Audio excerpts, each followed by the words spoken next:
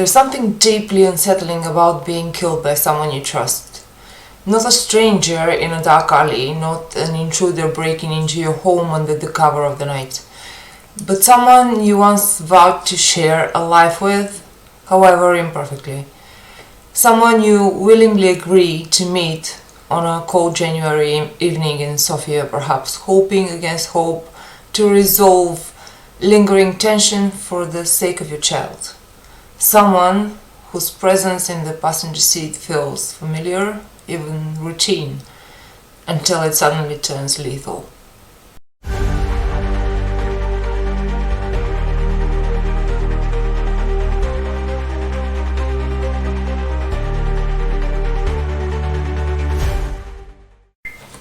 Hello everyone. Welcome back to Shades of Guilt. This is our case on Peyo Peev's case. This is a person who was killed on January 18th, 2024, just a couple of years ago, by his wife and her mother. I want to include a disclaimer here that our video today is going to be containing images of the true crime, a video footage actually, and also keep in mind that it's gonna be containing graphic details about strangulation, domestic violence, so if you don't feel like you can handle this today, we're gonna see you in the next one. So on the night of 18th of January 2024, Peyo Peev, a 44-year-old father, aviation engineer and devoted family man from Sofia, got into his car to meet his wife, Gabriela. Within minutes, that decision would cost him his life in one of the most shocking family-related homicides in recent Bulgarian history. What began as what he likely believed was another difficult but necessary conversation about their shared son devolved into a coordinated, premeditated attack involving strangulation in the confined space of his own vehicle. Prosecutors allege that Gabriela and her mother, Krasimira Trifonova, acted together, Krasimira delivering the fatal chokehold from the back seat, while Gabriela actively prevented his escape by covering his mouth and nose or slamming the door shut. The horror did not end with his death. The women drove the car with his body toward the remote spot near Vitusha mountain, set it ablaze in an attempt to destroy evidence, and left the partially burnt wreckage to be discovered the next day near the road to Aleku hut in Dragalevci area. This is a very, very shocking case, extremely shocking. First of all, because it's woman-on-man violence, but not only that. I often rant about it's not all men, but at least some men do commit violence against women, and in this case we see that it's not only men, it's women too, and the entitlement and the audacity of those two women you're gonna see towards the end of the case is extreme. In my opinion, this is more shocking than any other case we've actually done in this channel. Not because it's a man who got killed, but because some people seem to think that they can just get away with murder and don't even feel sorry about it. So this was no crime of passion or momentary loss of control. Bulgarian investigators and the Sofia City Prosecutor's Office described it as premeditated murder committed in complicity and in an especially cruel manner. Forensic evidence confirmed strangulation, asphyxiation as the cause of death, with the fire occurring afterwards. Security camera footage, which you're gonna see later on in the video, captured disturbing details of the struggle, showing Peyo desperately trying to maneuver the car toward a more visible illuminated spot in a final bid for survival and rescue. The case exposed deep fractures in family dynamics, custody battles, psychological pressure, and the vulnerabilities of separated parents in Bulgaria's legal system. It also highlighted broader societal issues around parental alienation, domestic psychological violence, and the protection of the father's rights, issues that sparked repeated protests in Sofia and Plovdiv, including on the second anniversary in January 2026. This case is ongoing. The trial hasn't happened yet, and a verdict hasn't been pronounced, so please keep in mind that everyone is innocent until proven guilty by the court of law. To fully grasp the tragedy, one must examine the backgrounds of all involved, pieced together from court documents, prosecutor indictments, family interviews, witness statements, psychiatric evaluations, paternity proceedings, and extensive Bulgarian media reporting. These sources, they're quite reliable, and the details reveal not a single explosive moment, but a slow building storm of resentment, control, legal maneuvers, ignored court orders, and clashing ambitions spanning years. It will also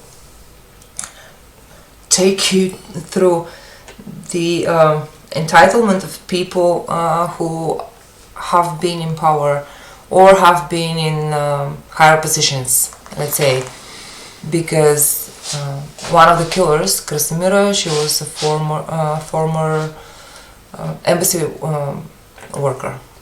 So what is the motive of killing? What's it called?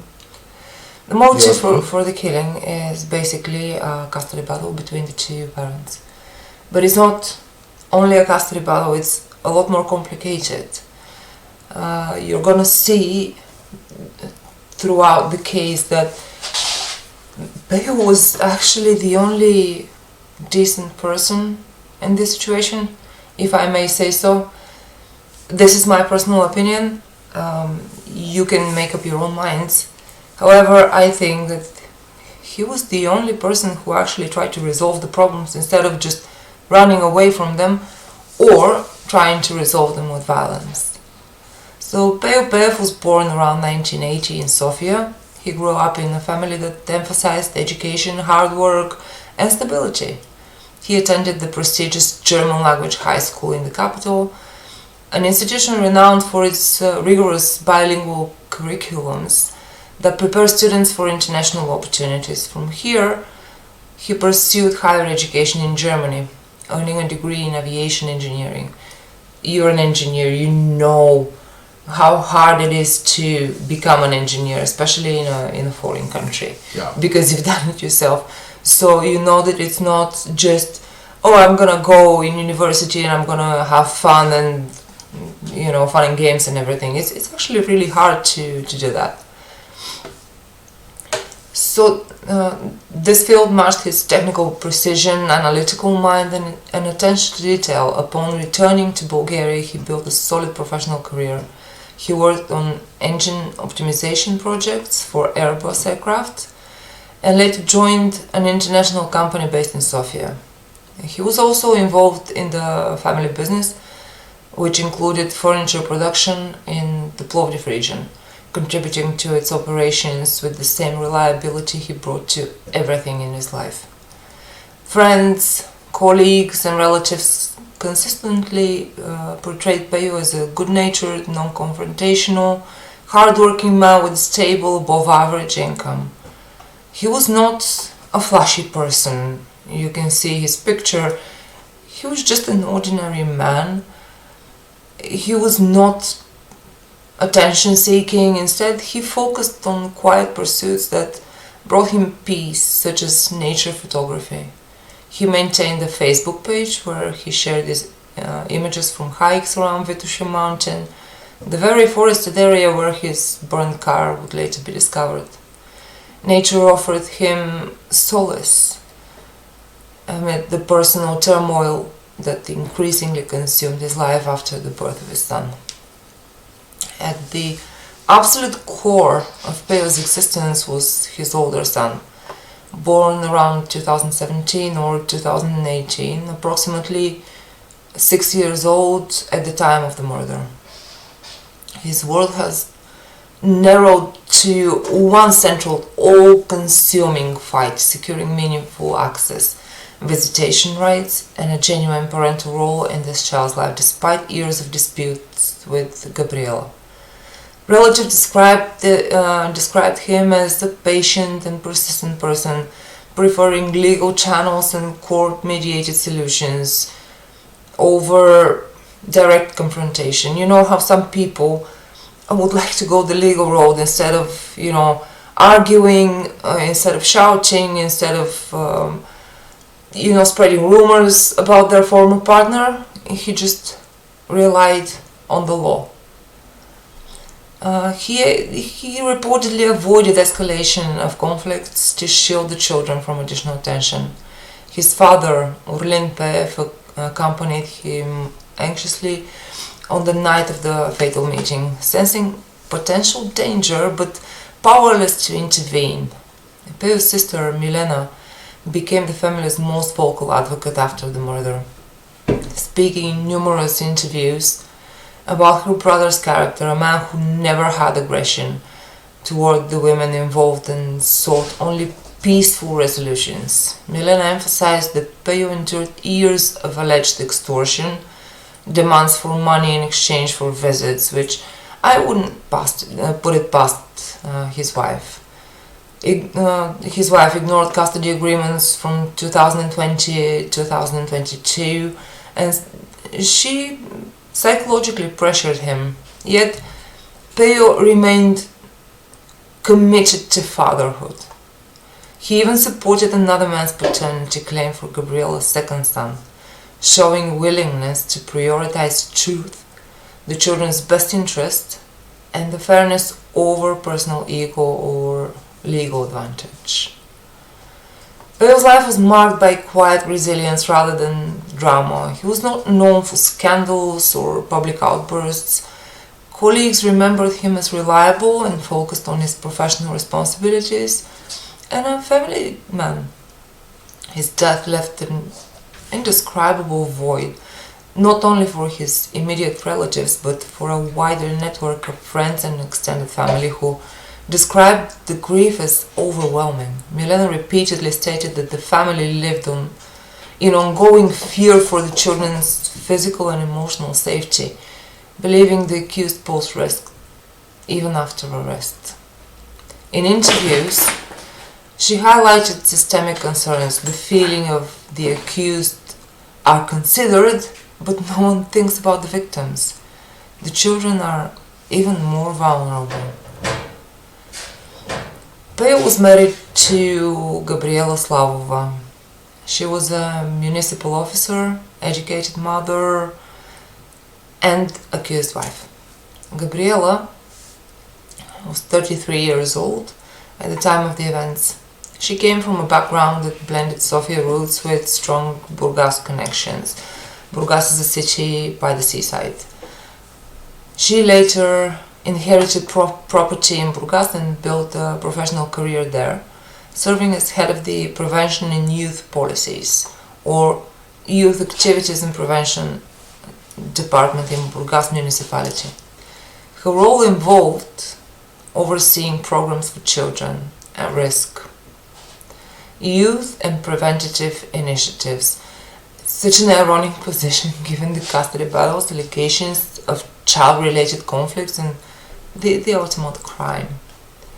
Gabriela studied European studies in Hague, Netherlands, acquiring an international education that reflected ambition, exposure to broader perspectives, and cosmopolitan outlook. Politically, she had a brief peripheral connection to the Continue the Change party. It's basically a new party that came, I think it was 2021, I don't remember exactly. So she appeared in the Burgas region of the party parliamentary elections, non-eligible for a seat and not even a formal member, having only attended the founding assembly. That party quickly distanced itself after the murder, issuing statements that she had no active involvement in their political duties. Her personal life was complex and entangled. She and Peyo never cohabited in any meaningful shared way, so they were married but they never lived together. Prosecutors, Peyo's lawyer, Miglena Bolgieva, and family statements described the marriage as fictitious, a legal formality on paper, entered primarily to strengthen Peyo's position in visitation and custody matters amid escalating disputes. The couple had one biological child together. 3 weeks before giving birth to her second child, who was born in 2023, Gabriela married Peyo, even though the biological father was another man. The biological father of her second child Was not a man? Yes. So is she a lesbian? Or she did IVX? No. Then had she... No. She had a different relationship with another man. Okay. Who was the father of her second child. Why she was still legally married? Well, she actually married Peyo 3 weeks before she gave birth. So she wasn't married to Peyo when she gave birth to her first child, who is Peyo's biological child. So that means she was literally dating two men. Yes. Before marrying Peyo. Yes. Oh. So that man's name is Veliko Minkov, and according to his statements, he had no idea that she was married, and he actually didn't know that her second child was his child until later on. According to Bulgarian law, if you're married to a man and you give birth to a child, that child is your husband's child.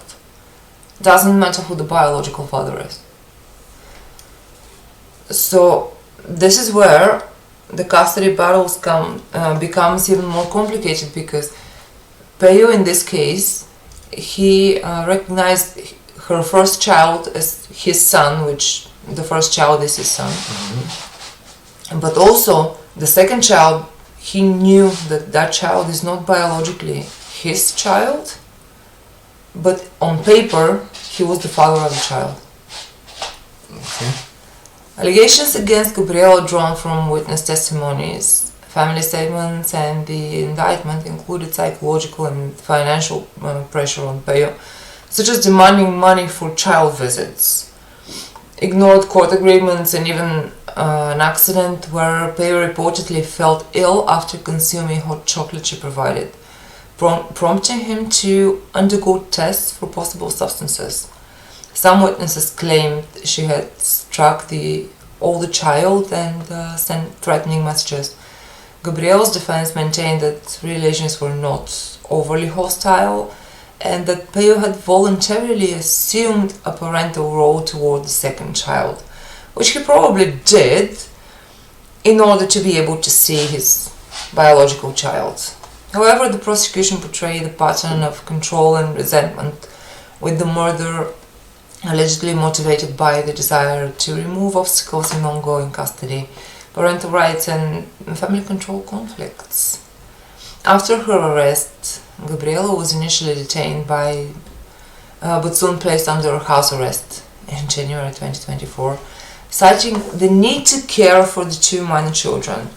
So this is where my rage comes, because you're accused of murdering your husband. And not only murdering him, but murdering him in a very gruesome way. And then you're not placed in custody. Why? Because you have to care for the children that you left without a father? Were you thinking about your children when you strangled your husband? Were you thinking about the children when you set his car on fire? No, you didn't. So why should we consider what you think is best for those children? According to my opinion, these children should be placed with Peyo's parents, or his sister, not with their mother. That would depending if is a nursing mother at that time. Was he nursing a child? Because now we don't know the reason why she was placed under house arrest. Sometimes what's it called, mother can be breastfeeding and the court or the law whatsoever can say, okay, let's consider because of the child and let's allow her to babysit or breastfeed that baby for some time. As for her case, for Gabriela's case, how old was the child? The child was months old. I'm not sure if she was breastfeeding, probably she was. However, can we turn this around for a second? Can you imagine a man being accused of murdering his wife? And then the court lets him under house arrest because he has to take care of the children. Do you think that will happen ever? It will never happen. Exactly. So, women, we want to be equal. If we want to be equal, we have to take equal responsibility for things. And this is why this makes me so enraged, because this is not fair. It's not fair. If you were a man that killed a woman, that man will be behind bars immediately. Yes. But because it's a woman, so she just strangled her husband, so what? Like, that's what it sounds to me. It doesn't make any sense. I'm really enraged by this. According to my opinion, she should be behind bars. This is just how I feel about it, and I really think that if you were a man, this would never happen. In my own personal opinion, if someone commits a murder, a gruesome murder, and he got caught or he got arrested, by law, he should be detained. Yes. While the police, the appropriate authorities carry out necessary investigation before charging whosoever that commit the crime to the court.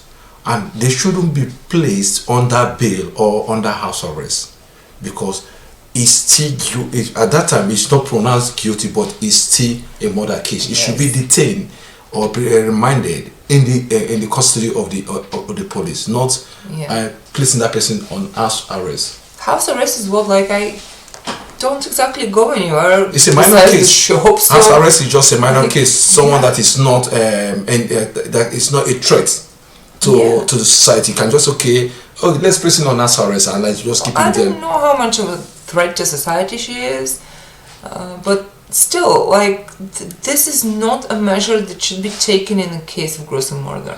And also note that placing her on house arrest can also undermine the investigation. There are some evidence the police may be looking at, but leaving her to press arrest, she can also corrupt some evidence. And at the end of the day, the case may not. Nobody would actually find the reason why all this, why the motive of killing her husband. Yeah. The prosecution appealed this measure multiple times. As of January 2026 hearing, including January 21st and 29th in the Sofia City Court, the court refused prosecutors' request to change it to detention in custody, and she remains to this day under house arrest. So the murder happened in 2024, and she's been in house arrest for 2 years now. For 2 years now. Yes. She continued filing civil suits against Peyo's family, even while restricted, demanding specific conditions for the children's activities or placements, such as particular social center of her choosing. I cannot believe the audacity of this woman. I swear, I cannot believe the nerve to file lawsuits, civil suits, against the family of your victim. I swear, I don't understand where she gets the audacity. In Burgas court's additional proceeding touched on child welfare allegations, which she countered by claiming mistreatment in the care of Peyo's relatives. There is, by the way, no proof of that. Zero proof. These are one of the ways to standard defense, trying to extend or what's it called, the trial, so that the trial won't come up in time, so that they'll start building defense. These are just tactics. But still, the audacity, again, like, it's enraging. DNA testing confirmed that Veliko Minkov is the biological father of the second child, yet Gabriela resisted full recognition and sought to maintain primary control. So not only does she get house arrest after murdering someone, but she still maintains primary custody of both children. Without the Peyo parents, does the Peyo parents come to see the normally Yes, to see they the do have children? visitation rights. My point is that Veliko, who is a second man in her life, he actually wants to take care of his child and she's stopping him. I don't understand that, I really don't. This is baffling to me. Why is she restricting him from seeing his child? I really don't understand. So let's talk about where the audacity comes from. Krastimira Trifonova, she is in her mid-50s, around 54, 55 in 2024. She was a long-serving career diplomat with the Bulgarian Ministry of Foreign Affairs, holding the rank of a second-degree official and over 30 years of experience. She had served as, as consul in Thailand during the Triple Coalition government period, 2005-2009. While posted in Bangkok, she largely raised Gabriela alone. Public information about Gabriela's biological father remains sparse, pointing to a single mother dynamic shaped by the demands of diplomatic life abroad. She was a demanding mother, for sure. Krasimira's tenure in Thailand was not without controversy. In 2010, amid the temporary absence of a permanent ambassador, tensions arose with the appointment of Kamen Velichkov. She filed formal complaints accusing him of discrimination and sexual harassment. Velichkov was recalled, but the Commission for Protection Against Discrimination ultimately rejected her claims as unfounded in 2011. There were also allegations of conflict of interest, including appointing her own mother for embassy-related contractual work. The Bulgarian embassy in Thailand was eventually closed under Foreign Minister Nikolai Mladenov following the 2024 murder charges. The Ministry of Foreign Affairs promptly initiated dismissal procedures against her.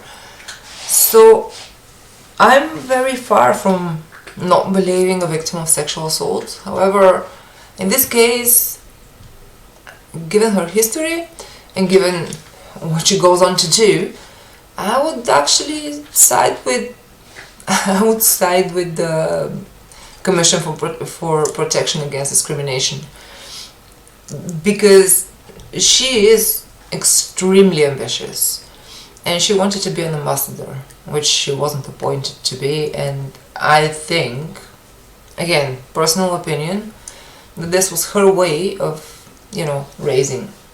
And this is in rank. And this is like mother, like daughter. I now see the pattern. Yes, the entitlement comes. Everything. Like it's kind of genetic. Yes, genetic. Yeah. Although I do have some type of sympathy about her being a single mother raising a child. It's not easy. It's a very difficult job.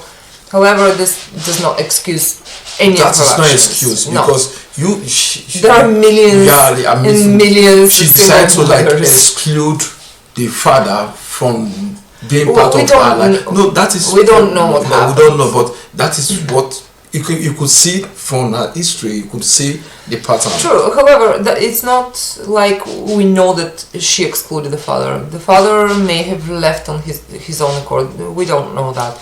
So, yes, I do recognize that being a single mother of a young child is very difficult. However, there are millions and millions of single mothers all over the world and they don't go to murder people. So, this doesn't excuse anything. Bulgarian media and reports often describe Krasimira as ambitious, sometimes manipulative, with what some characterize as unhealthy ambitions for her daughter's future success. I do know parents like that, and they think that their child is be all and above every other child. My child is the smartest, my child is the most beautiful, most talented, and most of the time those children are pretty mediocre. But those parents, they don't see that, so they kind of project their own ambition onto the child, and this child grows up to be extremely ambitious.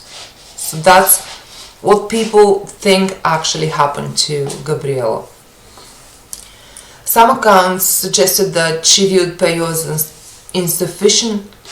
insufficiently prospective and exerted significant influence to sideline father in her daughter's life. So she thought Peyo insignificant, like insufficient.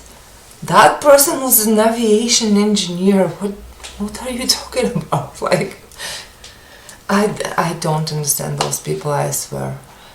Prosecutors alleged that she was the primary physical perpetrator, reaching forward from the backseat to wrap her arms around Peyo's neck in a deliberate chokehold while her daughter assisted. Other versions say that she had some type of string, so she was sitting on the back seat and she was holding the string to his neck. And because Peyo was fighting, and we all know that even not a very physically strong man is stronger than a woman, then Gabriela assisted by placing her hands over his face and squeezing his nose.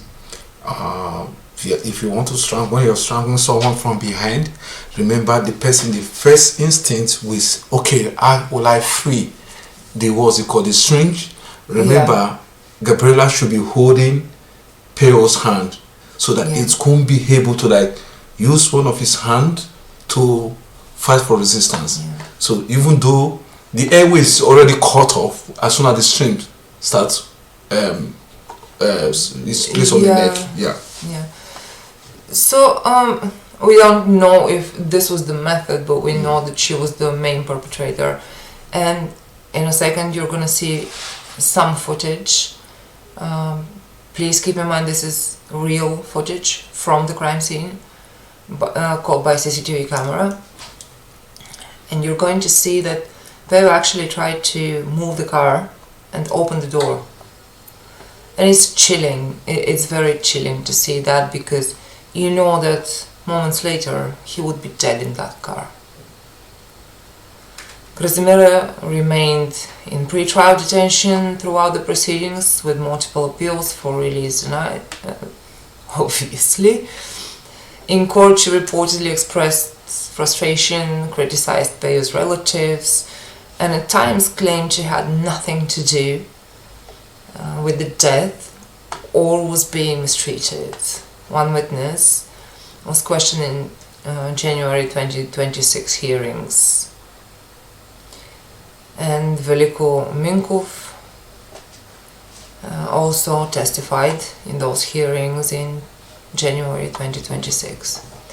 So I'm now going to show you the footage of Peyo's murder, and we're going to leave you at that for episode 1 of Peyo Peev's case, and we're going to continue with the second part of this episode on Sunday.